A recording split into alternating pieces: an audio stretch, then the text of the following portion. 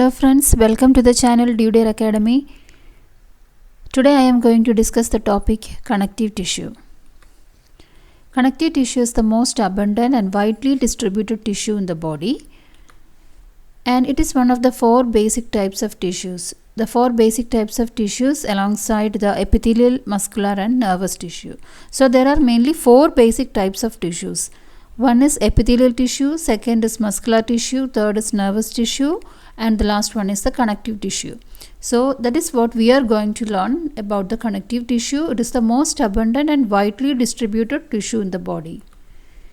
And the primary role it is to support, bind and protect the tissues and organs. Connective tissue has a major role in supporting, binding and protecting the tissues and organs. And it has diverse functions, starting from providing the structural support to transporting the nutrients and waste products. So these are all the functions of the connective tissue.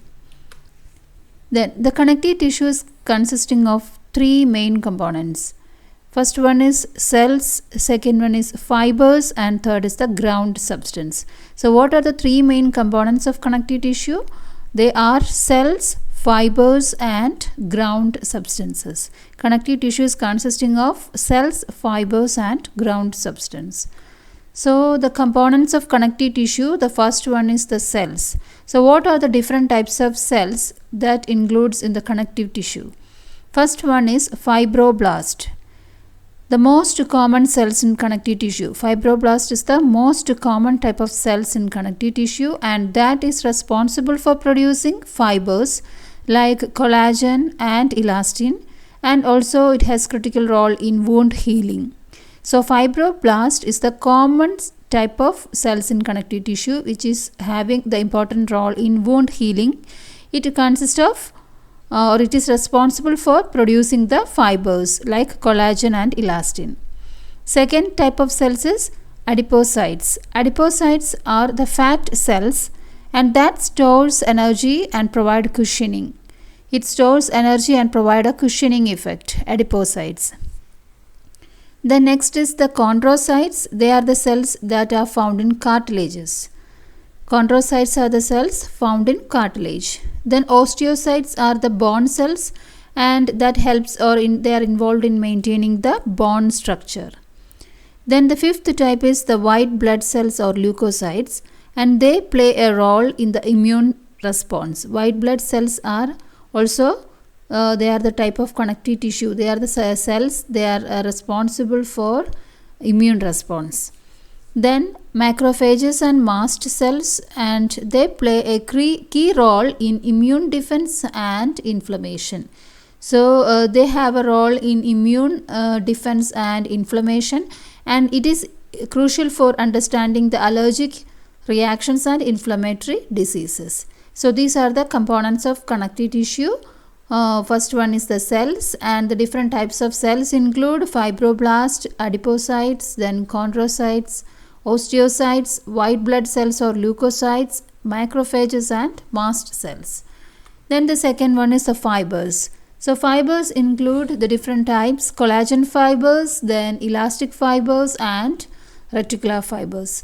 So collagen fibers provide strength and support, and it is essential in tissue repair and healing.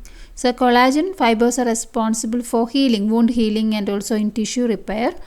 And the second is the elastic fibers. So they provide elasticity and flexibility. They have the important role in the functioning of arteries, lungs and skin. And the third one is the reticular fibers. So these form a supportive mesh for cells in tissues like the liver and lymphoid organs.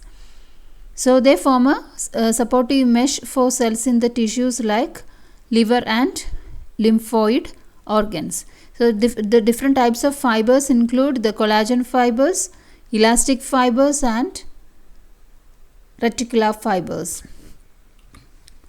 Then the last type of components that are included in the connective tissue include the ground substance. So the components, first we discussed the cells, second we discussed the fibers, and third we are discussing the ground substance. So ground substances means they are gel-like material that fills the space between the cells and fibers.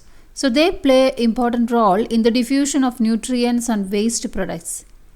It helps in the diffusion of nutrients and waste products. It has a significant role in the conditions like edema, where the fluid balance gets disrupted. So they are the gel-like substances containing glycoproteins as well as the proteoglycans. So these provide a medium for the nutrient and waste exchange. It provides a medium for nutrient and waste exchange. So that is ground substance. So we discussed cells, different types of cells, then the fibers and different types of fibers, and the ground substance. These are the components of the connective tissue. Now we are discussing the different types of connective tissue. First one is the connective tissue proper. We will discuss connective tissue proper first type, then specialized connective tissues we will be discussing, and the fluid connective tissue we will be discussing. So first is the connective tissue proper. The connective tissue proper include first one, the loose connective tissue and dense connective tissue. The connective tissue proper consists of loose and dense connective tissue. So the loose connective tissue, the different types are, first is the areolar tissue. Areolar tissue supports and binds other tissues, holds the bodily fluids, defends against infections, and store the nutrients. So areolar tissue is most widely distributed. The main function is it is supporting the epithelium and the organs. It is supports and bind the other tissues and organs. It holds bodily fluids. It defends against the infections and stores nutrients. Then the second type is the adipose tissue. It stores fat. Adipose tissues are storing the fat, and thus it provides the insulation and cushions the organs and protect the organs. Adipose tissue store fat, provide insulation, cushions organs, and protect the organs. Then the third type is the reticular tissue. It forms a supportive framework for the lymphoid organs. It forms the framework of lymphoid organs like the spleen, lymph nodes, and bone marrow. Then next is the dense connective tissue. So we are discussing the connective tissue proper, which is the first type. It includes loose connective tissue and dense connective tissue. The loose connective tissue include areolar, adipose, and reticular tissue, and the dense connective tissue is what that we are going to discuss now. So the dense connective tissue include dense regular, dense irregular, and elastic tissue. So what is dense regular? Dense regular means it contains tightly packed collagen fibers found in the tendons and ligaments, and it provides strength in one direction. So that means they are found in the tendons and ligaments. The fibers aligned in parallel. The fibers that are aligned in a parallel form or in one direction, and they include the collagen fibers. The next is the dense irregular. Dense irregular means the collagen fibers are arranged irregularly. The regular means they are arranged parallelly they're providing strength in one direction, but the dense irregular means they are arranged irregularly, and thus it is providing strength in multiple directions. As they are arranged irregularly, they are providing strength in multiple directions. So they are mainly found in the dermis of the skin and the organ capsules. They are found in the dermis of the skin. Dense irregular connective tissue is found in dermis of the skin. And the last one is the elastic tissue. It contains the elastic fibers, and it is allowing the tissues to stretch and recoil. It is found in large arteries, bronchi, and ligaments. So elastic tissue is found in walls of large arteries, then bronchi, lungs, and all. So it is allowing stretching, allowing the tissues to stretch and recoil. That is why you can remember the bronchi, lungs, and all.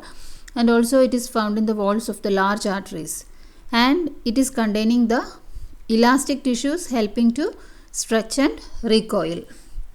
So that is the dense connective tissue. So dense connective tissue and loose connective tissue are the different types of connective tissues.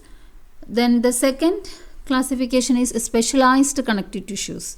Specialized connective tissue, we can classify them as cartilage, bone and blood. Cartilage, bone and blood, bone or osseous tissue and blood. These are the specialized connective tissue. So in the cartilage, first one is the hyaline cartilage. Hyaline cartilage provides flexibility and support, and it is found in the nose, trachea and at the ends of the long bones. Hyaline cartilage is the most common type of cartilage is the hyaline cartilage. It is found in nose, trachea and the end of long bones, or we will say joints. It is found in the joints, the nose, trachea. So what is the function of this hyaline cartilage? It is providing the flexibility and support. It is providing flexibility and support. Then the second type of cartilage is the elastic cartilage. It is found in ear and epiglottis. Elastic cartilage is found in ear and epiglottis. It contains more elastic fibers. It provides elasticity and maintains the shape of the structures like ear and glottis, epiglottis. The next is the fibrocartilage. It provides the strong support and it resists the compression. Fibrocartilage is providing strong support and resist compression. So it is found in the intervertebral disc and the menisci of the knees. It is found in intervertebral disc and menisci of the knee, and also it is found in the pubic symphysis. So these are the fibrocartilages found in the menisci of the knee, found in the intervertebral disc, and also it is found in the pubic symphysis. They are the fibrocartilages. So cartilages are the specialized type of connective tissues, and the main types are hyaline, elastic cartilage and the fibrocartilage. Then we have bones or osseous tissue. So in the bones there are two types, that is compact bone and spongy bone. Compact bone and spongy bone. Compact bone means they are dense and hard and it forms the outer layer of bones. Dense and hard and forming the outer layer of bones. They are the compact bones. And spongy bones means they are found inside the bones. They are light and porous. And they are mainly at the end of the long bones. Spongy bones are found mainly at the end of long bones. They are lightweight and they are porous and they are found inside the bones. Compact bones are found the outside of the bones, outer layer of the bones. They are dense and hard. Then we have blood. Blood is a fluid connective tissue. So blood consists of blood cells, that is red blood cells, white blood cells and platelets which are suspended in plasma. It consists of plasma, that is the fluid matrix, and it contains the cells, red blood cells, white blood cells and platelets. So the main function is in the transport of nutrients, gases and waste products, and also in the immune responses. That is blood. So blood consists of cells and plasma. Okay. So these are the specialized connective tissue. Just remember, the specialized connective tissue include the cartilages, bones and blood. Then we have the third type, that is the fluid connective tissue. Fluid connective tissue, third classification. If you again classify, we can classify as a fluid connective tissue that include the blood and lymph. So blood is what we have already discussed. It consists of blood cells suspended in plasma. It transports the nutrients, gases, waste products and also immune cells throughout the body. And the second type is the lymph. The second type of fluid connective tissue is lymph. It contains white blood cells and it circulates throughout the lymphatic system, helping in immune response and fluid balance. So lymph means it is a fluid tissue and it is mainly derived from the plasma. Lymph is a fluid tissue. This is derived from the blood plasma, and it is helping in immune functions and also fluid balance. Immune functions or immune response and fluid balance. So these are the different types of connective tissue. Next we are going to discuss the functions of the connective tissue. The first, so from different types of connective tissue, and as we have gone through the different types of different components of the connective tissue, from all this we can understand the functions of connective tissue as mainly it include the support and protection. Bone and cartilage provide the structural support. So support and protection mainly forming the skeletal framework. The bones and cartilage forms the skeletal framework and provide the structural support, and also the adipose tissue cushions the organs. So all this shows the function of the connective tissue is providing support and protection. And the second one is binding and connecting, or binding and packing. That means the tendons, ligaments, areolar tissue and all, from all these things we can say it connect the organs. The tendons and ligaments connect muscles to bones and bones to each other. So either connecting muscles to bones or bones to bones. So anyway, we can understand this function, binding and connecting, is an important function of the connective tissue, because the tendons are there, ligaments are there, areolar tissue, these are all helping in binding and connecting. Then the third function is transport of the substances. That is, the blood is transporting the substances like the gases, the nutrients and waste products. Blood transport oxygen, nutrients and waste products. So transport of substances is a very important function of connective tissue. Then we have the fourth function, that is insulation. So which connective tissue? Mainly the adipose tissue stores the fat and insulates the body. So insulation is also an important function. Insulation and energy storage is the important function of connective tissue. Then the function is the immune defense. Various connective tissues are involved in immune response. Example, areolar tissue is also helping in immune defense, and also blood, which is a fluid connective tissue, or we can say a specialized connective tissue. So the blood is also helping in the immune functions or immune defense. That is, cells in the connective tissue like the macrophages, plasma cells, these are all involved in the immune response. That is also the important function. Then repair and regeneration is also another important function.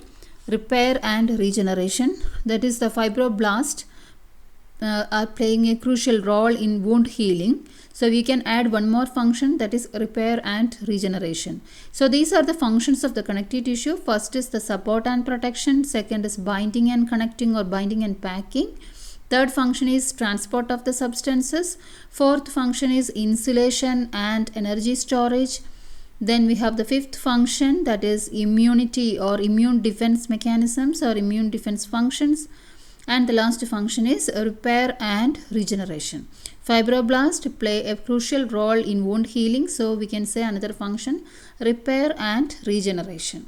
So these are the functions of connective tissue. So in this class we have discussed what is connective tissue, the definition of connective tissue, and also we have discussed the different components of the connective tissue, the different types of connective tissue, and the functions of connective tissue. I hope this class is useful for all of us. Okay then, thank you.